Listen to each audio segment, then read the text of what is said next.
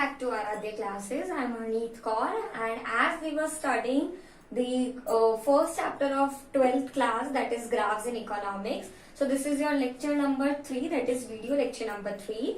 So in the last video lecture, we learned about why the diagrams or graphs were important and what were the aspects which we have to keep in mind while drawing a graph or a diagram. ठीक है कि हमें choice पता होनी चाहिए कि हम right diagram या ग्राफ बना रहे हैं जिससे बेस्ट रिप्रेजेंटेशन हो, क्लैरिटी होनी चाहिए, एक्सेस पता होनी चाहिए, सोर्स ऑफ डेटा टेबल हमें मेंशन करना चाहिए, method of calculating each and everything हमें मेंशन करना चाहिए, etcetera. Right. So next topic in your text book is types of diagrams. The first is pictogram, scatter diagram, line graph, pi diagram, bar diagram. ठीक है.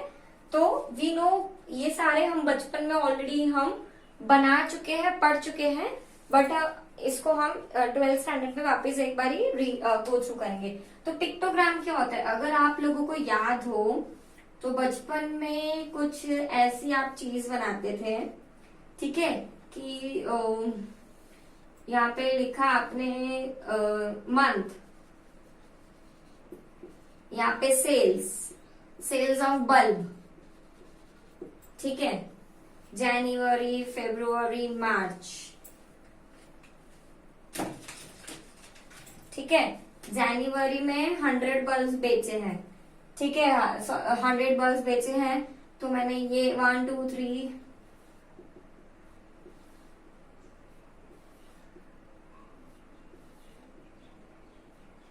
5 bulb बनाए. ठीक है.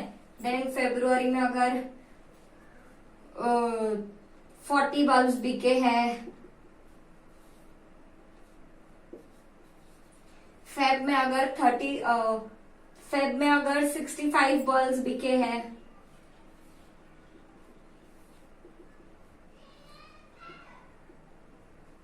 ठीक है. तो इसका मतलब क्या होता था? याद है अब थोड़ा बहुत देख कि पिक्टोग्राफ किसको बोलते हैं. यानी कि हम यहाँ पे लिखते थे स्केल हम क्या लिखते थे? अभी हमने पिछले लेक्चर में देखा कि स्केल का इंपॉर्टेंस क्या होता है, ताकि हमें पता चलना चाहिए कि हम किस चीजों को कितना नाप तोल के हम चीजें बना रहे हैं. तो हमने देखा कि जनवरी में 100 था, इसमें 40 था, इसमें 65 था. तो हम लिख सकते हैं 1 smile is equals to 20 bulbs. तो 20, 40, 60, 80, 100, 20, 40, 20, 40, 60 एंड हाफ इज 65. तो अब आपको कुछ याद आ गया होगा कि पिक्टोग्राम इसको बोलते थे, इसको हम पिक्टोग्राम भी बोलते थे, इसको हम पिक्टोग्राफ भी बोलते थे.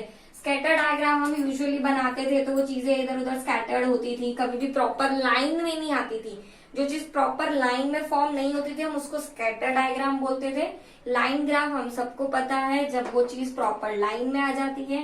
पाई डायग्राम भी एवरीवन नो, जो हम सर्कल में से बनाते हैं. बार डायग्राम तो हम 3rd क्लास से बनाते आ रहे हैं. खैर फिर भी in detail will see in the next part of your chapter. So I hope I am clear with the types of diagrams. And आपके सिलेबस में सिर्फ और सिर्फ लाइन ग्राफ के बारे में बताया गया है, bar graph and pie chart के बारे में. तो हम उन्हीं चीजों पे मेन फोकस रखेंगे. ठीक है. आपके बुक में line diagrams, pi diagrams and bar diagrams के बारे में ही एक्सप्लेन किया गया है. ठीक है. So first is time based line diagram. पहले तरीके का अगर हम डायग्राम देखते हैं तो वो है टाइम बेस्ड लाइन डायग्राम, जिसको हम टाइम सीरीज ग्राफ भी बोलते हैं. क्या बोलते हैं? जिसको हम टाइम सीरीज ग्राफ भी बोलते हैं, जिसको हम कर्व भी बोलते हैं, लाइन कर्व. ठीक है. तो ये 3 इसके नाम है. ठीक है. तो जनरली ये कब बनता है इकोनॉमिक्स में? जब there is a relationship between 2 variables. Economics में कब बनता है? when there is relationship between 2 variables, तब हम ये बनाते हैं. ठीक है. और variable can be dependent independent and independent dependent. आपकी बुक में हमें इंडिपेंडेंट एंड डिपेंडेंट के बारे में बोला गया है. जो इंडिपेंडेंट वेरिएबल होता है उसको हम y एक्सिस पे रखते हैं एंड डिपेंडेंट वेरिएबल को हम x एक्सिस पे रखते हैं. नाम से पता चल रहा है डिपेंडेंट ऑन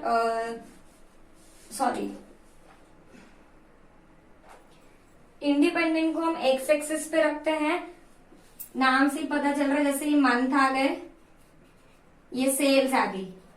मंथ बदल नहीं सकती, मंथ बदल नहीं सकता।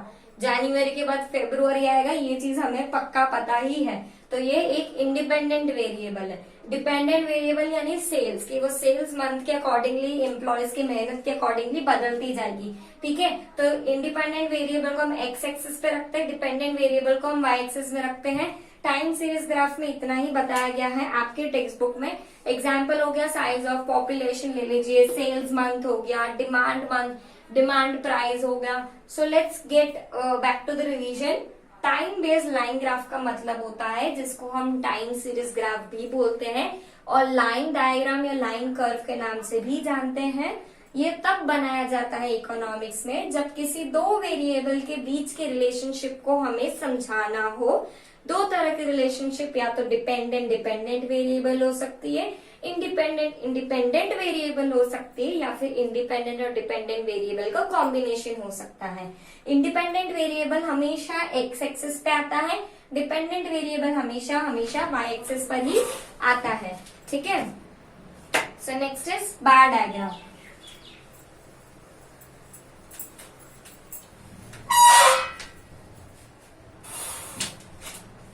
नेक्स्ट आपकी बुक में बार डायग्राम के बारे में बताया गया है।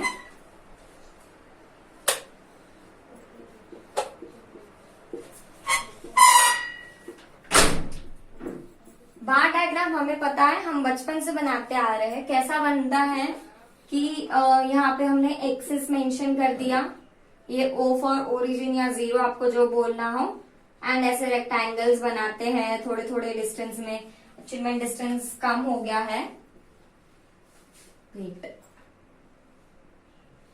थोड़े थोड़े डिस्टेंस में हम डायग्राम बनाते हैं, राइट। तो बार डायग्राम इसको कहते हैं। The rectangular boxes which we make, it shows the distribution of the value of the variable. क्या बताता है, अगर हमको यही बताता है कि डिपेंडेंट और इंडिपेंडेंट वेरिएबल जो है उसकी वैल्यू में क्या रिलेशनशिप है, हमें ये यही बताता है। ठीक है, वर्टिकल एंड हॉरिजॉन्टल, एक वर्टिकल हॉरिजॉन्टल हम रेक्टेंगल्स बनाते हैं सो दैट हमें इजीली चीजें समझ में आ सके। अब जो बार डायग्राम होते हैं वो 3 तरह के होते हैं, ध्यान से समझिएगा। पहला होता है सिंपल बार डायग्राम, दूसरा होता है क्लस्टर बार डायग्राम, तीसरा होता है डिवाइडेड बार डायग्राम। सिंपल बार डायग्राम मतलब, अभी मैं एक ऊपर ऊपर से समझा रही हूँ, फिर हम आगे हम इसको इन डीप हम पढ़ते हैं। सिंपल बार डायग्राम होता है जब हम एक ही वेरिएबल, एक ही बेस की बात करते हैं। वेरिएबल तो बट ऑब्वियस 2 होंगे ही सही, क्योंकि 2 एक्सिस है तो 2 वेरिएबल होंगे ही सही। ठीक है, पर सिंपल बार डायग्राम में हम सिर्फ एक बेस की बात करते हैं, क्लस्टर में हम एक बेस के साथ 2 चीजें कंपेयर करते हैं, एंड डिवाइडेड में हम एक ही बेस में 2 चीजों को मेंशन करते हैं। ठीक है, आपको समझ में ना आया हो इसलिए मैं अभी विथ डायग्राम्स हम इसको आगे देखेंगे। एंड आपकी टेक्स्ट बुक में भी इसको बहुत डिटेल में with schedule, with table, with diagram, each and everything आपको समझाया गया है। तो will see from that also. ठीक है, सबसे पहला है simple bar graph. Simple bar graph, simple bar graph कैसे बनता है कि जो अभी मैंने फिगर बनाया था वो सिंपल ही था। ठीक है, वो सिंपल ही था। यहाँ पे अगर मैं मंथ लिख रही हूँ, यहाँ पे मैं सेल्स लिख रही हूँ।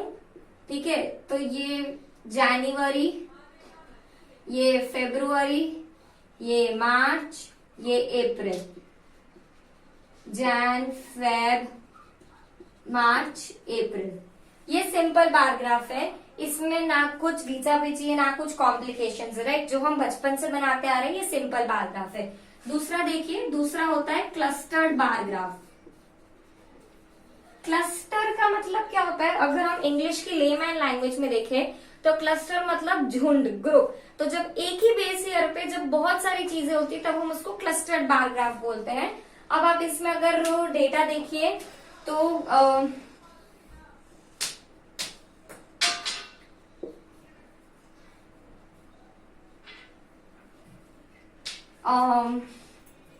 इधर आ गया जेंडर, इधर आ गया members in family, members in family. I hope my hand writing is clear. ठीक है, इधर मैंने जेंडर लिखा है, इधर मेंबर्स इन फैमिली लिखा है, और यहाँ पे जो भी यूनिट्स दी हुई है यहाँ पर भी मैं यूनिट्स दे रही हूँ। ठीक है, यहाँ पे भी अगर मैं यूनिट्स दे रही हूँ तो अगर जैसे कि ये एक कॉलम है, ये दूसरा कॉलम है, ये तीसरा कॉलम है, ठीक है, मतलब जो स्केल्स मैंने मेंशन की है, तो ये पूरा अगर सपोज फीमेल आपकी 25 है और मेल आपका इतना है, तो ये हो गया क्लस्टर। मतलब मैं एक ही बॉक्स में, मेरे एक ही स्केल में जब मैं 2 हिस्से करूंगी तो उसको मैं क्लस्टर बोलूंगी। मतलब एक ही चीज में मैं 2 लोगों को या 3 या 4 लोगों को जगह दे रही हूँ। यूजुअली क्या होता है, जब 2 लोगों की comparison, I am not speaking about particularly 2 लोग, बट ये एग्जाम्पल के तौर पे मैं आपको समझा रही हूँ कि जब 2 लोगों का कंपैरिजन हो रहा है, मेल एंड फीमेल जेंडर का, तब हम एक, मतलब ये एक जो स्क्वायर, अगर आपने ग्राफ पेपर देखा है तो इसके बीच में बहुत पतली पतली लाइंस होती है, तो ये पूरा एक बॉक्स है, राइट। तो इसमें मैं एक फीमेल एक मेल निकाल सकती हूँ, पर जब अगर 3 चीजों का कंपैरिजन आ रहा है, मुझे 3 चीजों को साथ में लोकेट करनी है, तब मैं एक में से नहीं निकालूंगी, तब मैं इसको टुकड़ों टुकड़ों में, मतलब ये पूरा 1 हो गया, ये पूरा 2 हो गया, ये पूरा 3, ये पूरा एक बार हो गया, यानी for the month of January. ठीक है, ये पूरा दूसरा हो गया, ये पूरा तीसरा हो गया for the month of February. तो इसको बोलते हैं क्लस्टर्ड डायग्राम। ठीक है, I am explaining the third type of bar diagram that side. Divided, ये कब होता है, जैसे कि अगर मैंने ये बनाया और ये पूरा 1 है, ये पूरा 2 है, ये पूरा 3 है। ठीक है, अगर मैंने अगेन यहाँ पे लिखा है मंथ, यहाँ पे मैंने लिखा है sales, y axis, origin, x axis. ठीक है, अब इसमें मैं एक ही में जब मैं 2 या 3 चीजें डिवाइड करूंगी तब उसको बट ऑब्वियस हम डिवाइडेड बार ग्राफ बोलेंगे। मैंने ये किया, ये किया, ये किया, इसको शेड कर दिया, इसको शेड कर दिया, इसको शेड कर दिया। ठीक है, अब मैं बोलूं ये जो, और इसमें नाम लिख दी, ये 50, ये 40, ये 10, ये 30, एक्सेट्रा एक्सेट्रा, एंड मैं इस पे ऊपर स्केल बना दूंगी। स्केल तो जो मैं लिखूंगी वो लिखूंगी सही, एंड ये चीज मेंशन कर दूंगी कि जो शेडेड पोर्शन है वो अर्बन है, सेल्स इन अर्बन एरिया, और जो नॉन शेडेड है वो रूरल है। सिमिलरली मैं क्लस्टर में भी मेंशन कर दूंगी कि जो शेडेड है या जो कलर्ड है वो फीमेल है, जो नॉन कलर्ड है, अनशेडेड है, वो मेन है। ठीक है, so for a whole thing हमने 3 तरह के बार डायग्राम्स के बारे में पढ़ा। Simple, cluster, divided. सिंपल मतलब कि जो ऐसे जिसमें कोई तामझाम नहीं होता, जो हम बचपन से बनाते आ रहे हैं। क्लस्टर्ड मतलब जिसमें हम एक में से ही 2 या 3 चीजों में कंपेयर करते हैं आपस में। एंड डिवाइडेड मतलब जब हम एक ही बार डायग्राम में ऊपर नीचे डिवाइड करते हैं। यहाँ पे हम एक्स एक्सिस पे डिवीजन लेते हैं और यहाँ पे हम वाई एक्सिस में डिवीजन लेते हैं। So this was all about the types of bar diagrams which is given in your text book. ठीक है, so the next topic in your text book is aspects to be considered to draw a bar diagram. Textbook is aspect to be considered to draw a bar diagram. Again, जब हमने अभी पिछले video lecture में aspects के बारे में पढ़ा था तो मैंने समझाया था एस्पेक्ट्स मतलब वो चीजें जो हमें दिमाग में ध्यान में रखनी है, जहन में रखनी है उस चीज को बनाते हुए, तो एस्पेक्ट्स का मतलब वही होता है। तो जब हम बार डायग्राम बनाते हैं तब हमें क्या क्या चीजें अपने दिमाग में रखनी चाहिए? इक्वल विथ मतलब कि जो भी मैं बार डायग्राम बना रही हूँ उसकी विथ हर बार डायग्राम में सेम होनी चाहिए। विथ मतलब चौड़ाई, तो उसकी जो चौड़ाई होती है वो हर बार डायग्राम में सेम होनी चाहिए। तभी हम स्केल का यूज करते हैं। स्केल मतलब वो रूलर ज्योमेट्री वाली स्केल नहीं, लिखने वाली स्केल जो कि आप मैप्स इन सब में देखते हो। ठीक है, नेक्स्ट होता है length as per the data. Length as per data कि अगर ये 50 है तो मुझे वाई एक्सिस को 50 से ही हमें आता है, राइट, बार डायग्राम को लोकेट करना। तो इसको मतलब जो उसको हम रिप्रेजेंट कर रहे हैं उसी के पैरेलल में वो वाई एक्सिस में बननी चाहिए। ठीक है, थर्ड होती है इक्वल गैप। इक्वल गैप मतलब कि जो दो कॉन्जिक्यूटिव बार ग्राफ्स बन रहे हैं, रेक्टेंगुलर बॉक्सेस बन रहे हैं, उसके बीच में आपस में इक्वल लेंथ होनी चाहिए, इक्वल गैप होनी चाहिए, उसके बीच में आपस में इक्वल गैप होनी चाहिए। Fourth is all bars should be set on the same axis. Same axis मतलब सब सेम एक्सिस बनने चाहिए। ऐसा नहीं कि मैंने दो बार ग्राफ यहाँ बना दिए, दो यहाँ बना दिए, फिर वापस यहाँ, नहीं, दिस विल बी रॉन्ग। सारे के सारे प्रॉपर सेम एक्सिस पे बनने चाहिए। नेक्स्ट इज वर्टिकल बार्स बनने चाहिए, वर्टिकल बार्स बनने चाहिए left to right, left to right. Understand? समझ में आया? वर्टिकल बार ग्राफ्स बनने चाहिए लेफ्ट टू राइट, ना कि राइट टू लेफ्ट। हम उर्दू में नहीं बना रहे ग्राफ्स की हम राइट टू लेफ्ट बनाए, लेफ्ट टू राइट बननी चाहिए। I hope I am very clear with the bar graphs topics कि बार ग्राफ क्या होता है, कैसे बनता है, कितने तरह के बार ग्राफ्स होते हैं, और हमको उन चीजों को बनाने में हमें क्या क्या चीजें ध्यान में रखनी चाहिए। I hope I am very clear. Next topic is pi diagram.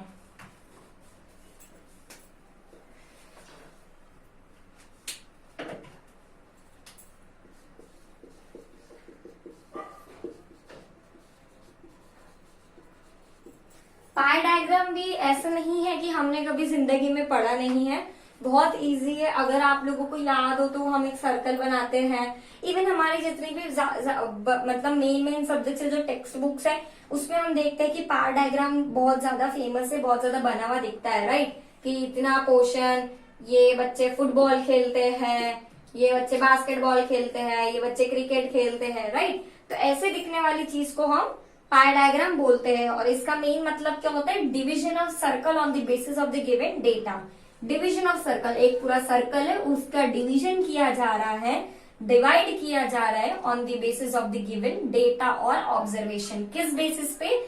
जो डेटा और ऑब्जर्वेशन आपको दिए गए हैं उसके बेसिस पे।